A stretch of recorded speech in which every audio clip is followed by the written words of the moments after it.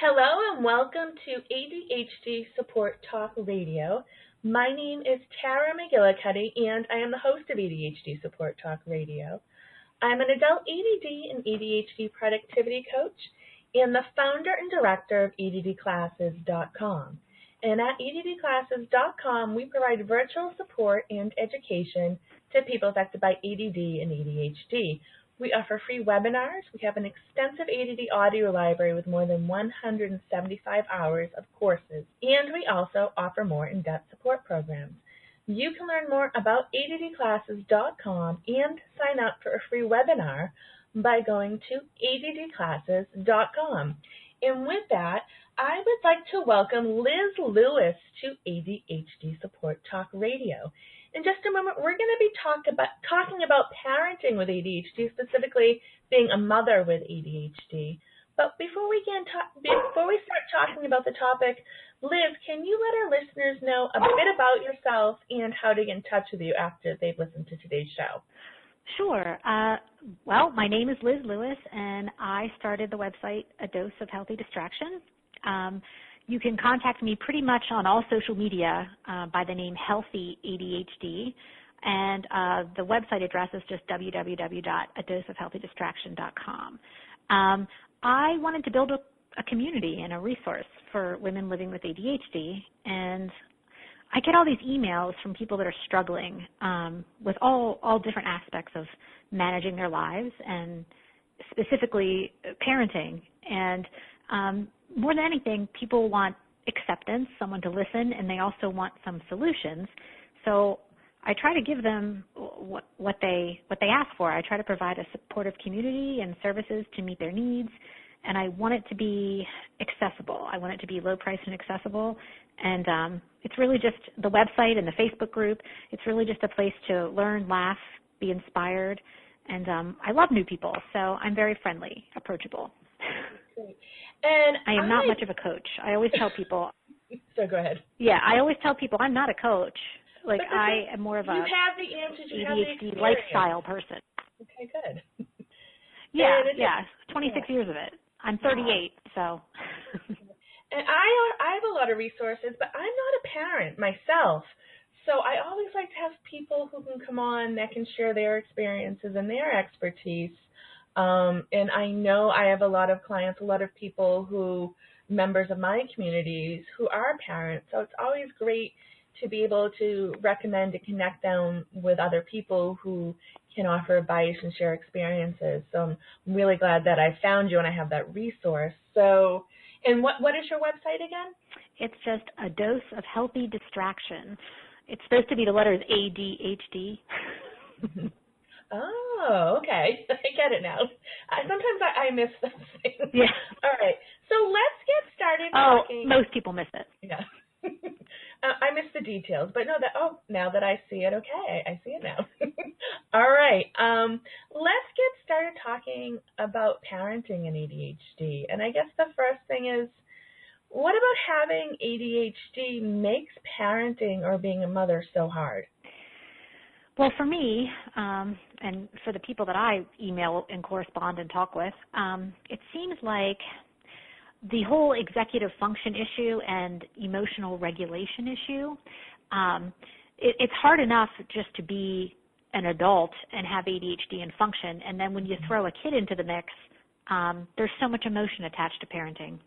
And I think, when you see things in your child that maybe you didn't expect, or when you see things in your child that frustrate you, that feeling of like, I really thought I could do this. I really thought that I could do this better, and that I would be this perfect, complacent, calm kind of mom. And when you realize that emotionally you're completely out of control sometimes in the parenting process, it does come down to executive functions, but a lot of times you don't realize it when it until everything falls apart. You don't realize it. And it's there's this whole, especially with people with ADHD, there's a lot of negative inner monologue and negative self-talk. And I think that kind of self-doubt and the self-criticism and stuff, and it really comes out in your parenting. And you find yourself frustrated with yourself and frustrated with your inability to manage your emotions and manage your house and the whole thing. It's just, I don't know, it almost made me crazy. So it's that, and there's a lot of societal pressure too that I think you're not aware of until you're right in the middle of it and you're on Pinterest, and there's a lot of mommy blogs, and on Facebook, you see everybody's pictures and you just think, I'm supposed to wear all the hats here. Women in general wear all the hats, and we're supposed to be, the community organizer, the calendar person. We're supposed to organize the holidays, make the meals, the housekeeping, take care of the children, and it kind of builds up. And you look on Facebook and Instagram, and people look like these curated lifestyle photos, and you're just thinking, I'm failing on every level. So it's all of those things. Yeah, and it's like you're doing the job of an executive manager or something on that idea for a huge company, and a lot of the skills it takes to be the parent and do all the multitasking, the million and one things, are not often the skills or the strengths that people with ADHD, the ADHD brain have. So imagine how challenging and overwhelming it can be. Yeah, you're absolutely right. And it's funny you bring up executives, because in one, I can't even remember which one it was. I wrote an article talking about every woman is the CEO of her house. And if you look up, a definition of a CEO, I mean, really, it pretty much fits. And people have estimated that the work of a stay-at-home parent is worth $100,000 or more a year. And when I think about it, when I sit down and think about it, it probably is. Whether you work outside the home or in the home, you're still working. So it's just a lot. And you're right about the multitasking too. That's part of the issue. You got to take care of you. You got to take care of your house. You got to take care of your marriage or primary relationship and your children. And it's just that multitasking, the way your brain has to sort of compartmentalize things. It's very tough, and it's tough on me, and I think it's tough on pretty much everyone I talk to. I think $100,000 per year is probably per child. Probably. I mean, depending on your child. I have friends who have very, very easy children, but I don't have one. My child is not easy, so yes. But it's a lot. It's a lot to manage. So that's the base salary to begin with. What do you recommend? How do you handle the emotional, mental stress of parenting when you have ADHD yourself? Well, that's why I started the website and the Facebook groups, because I felt like I wanted some kind of community support.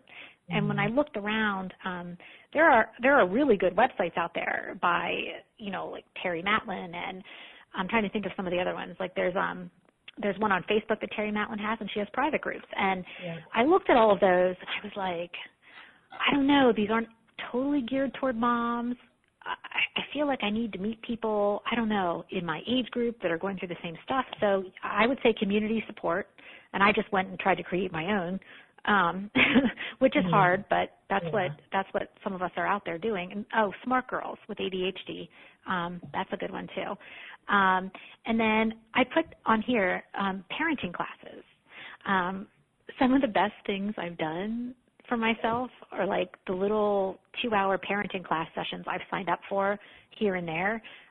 There was one at my son's school that I got to go to. I've done a couple online with like Impact ADHD. So any of those parenting classes that can help you have tools, give you some tools and some ways to look at your children and your parenting and the big picture of it. Parenting classes are excellent. The other thing that I always tell people is read, educate yourself.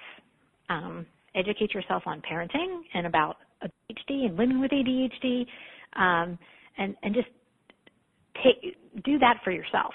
Like take the time to do the research and actually know what you're going through. Now I'm saying this assuming you know you have ADHD and you're trying to parent at the same time. But, do the research, find community support, take the classes, what's out there, what's available. They're not all tremendously expensive. Some of it is very affordable. And when you were talking about, are they ADHD-specific classes or a mix of general parenting classes and ADHD? I have taken, the ones that I've taken, the Impact ADHD classes they're usually geared toward parents of children with ADHD. Mm-hmm. And I was pretty sure my son had ADHD anyway, so before I even got the diagnosis, I was pretty sure. So those classes are geared toward parents of children with ADHD. But you can also just take general parenting classes. I took a Parenting with Love and Logic class at my son's school, and it was completely free. And it was only the workshop was about 2 hours long, but I got a ton of materials from it. So there are things out there, like if you have a Family Child Resource Center in your area, they do sometimes offer free parenting classes. So any of that stuff, I think, probably helps. It helps you to feel a little bit more empowered. Mm-hmm.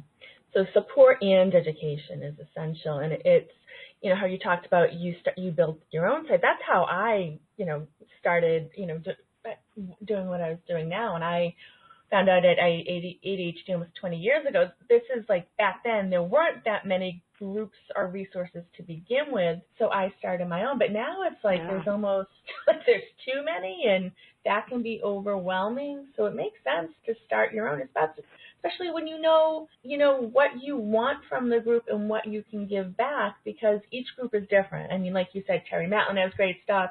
Impact ADHD, there's great stuff, but you have your unique perspective and what you can offer. So it's great that you didn't find exactly what fit you out there, and you developed your own resources to give back to the community. Yeah, and that's what I'm trying to do. I'm always bugging them with surveys and emails, asking them, okay, so really, what do you want to talk about? What do you want to hear about? Yeah. And it's great because people are really honest, especially in email. People are really honest. Yes. So it's wonderful. Yes. Yes. I know. I find people tell me what they want without asking. So, no, it's great though. People with ADHD sometimes they do. are very honest, and sometimes we don't have we don't filter as well as we should. But that can be great when somebody sends you an unfiltered email. They're not lying. They're not sugarcoating it. You know what they want and need. Mm-hmm. Okay. Yeah, and I try to do it, I try to respond to everyone. Mm-hmm. So that's great. Yeah, it's really cool. Okay, so you talk about doing what you can when you can as a parent. What does that mean? Well, first of all, limit your daily to-do list. Every woman I know, whether it's in her head or it's written down in her planner or whatever, every woman I know has a daily list. And a lot of times the list is 25 items long. Mm-hmm. And we don't always take the time to divide the list and say, maybe this is a must-do, but maybe this one I can wait until tomorrow or something. We just have this list and we get really overwhelmed by it. And then we do nothing. Mm-hmm. So what I do and what I've been kind of preaching at people to do is to sort of choose one household task. If you're a cleaning person, if you're big into your cleaning, which some of us avoid it, but if you're big into your cleaning, just pick one thing, or pick one room. If you must clean a room, just pick one. If you work outside the home and you have, like I do, I have multiple projects going on at work. I have to choose a project and a priority for the day. If I try to multitask on 2 or 3, it's not going to work. And the same thing with your personal stuff. Instead of driving your child from activity to activity to activity, why not choose one? I don't think it's going to hurt your child, and it's definitely not going to hurt you to only have to make one trip a day to some activity or lesson. And prioritize yourself. I think a lot of times we don't say no. And so when someone comes to us and they say, hey, we need help at the PTO bake sale. Could you bake something and then come and work at the table and then count the money afterward? And you're like, okay, and the whole setting boundaries and saying no and really critically thinking about things before you say yes instead of just automatically saying, okay, yeah, I can do that, I just think doing what you can when you can. Yes. Can I do this? Am I taking on too much? And really asking yourself a few questions before you. And I know sometimes you're on the spot, like if somebody calls you and asks for something. Even family can put you, I've been put on the spot by my family, and I've had to say no. And of course, people don't like it, especially if you've always been a yes person. People don't like it when you start to put up the boundaries and say, no, I don't think I can do that on Sunday afternoon. But, you know, what does Brene Brown say? Boundaried people are the kindest people. Yes. So I just think taking care of you, prioritizing and limiting your mental checklist or physical checklist, whatever it is, every day is a huge deal. Yeah, and what happens a lot of times with the to-do list, when we have 50 things on it a day, people don't get anything done because it's so overwhelming. Because I know I run the productivity circle, and I have people choose 3 things that they're going to commit to for the productivity circle. You know, if they want to do stuff outside of that, that's fine.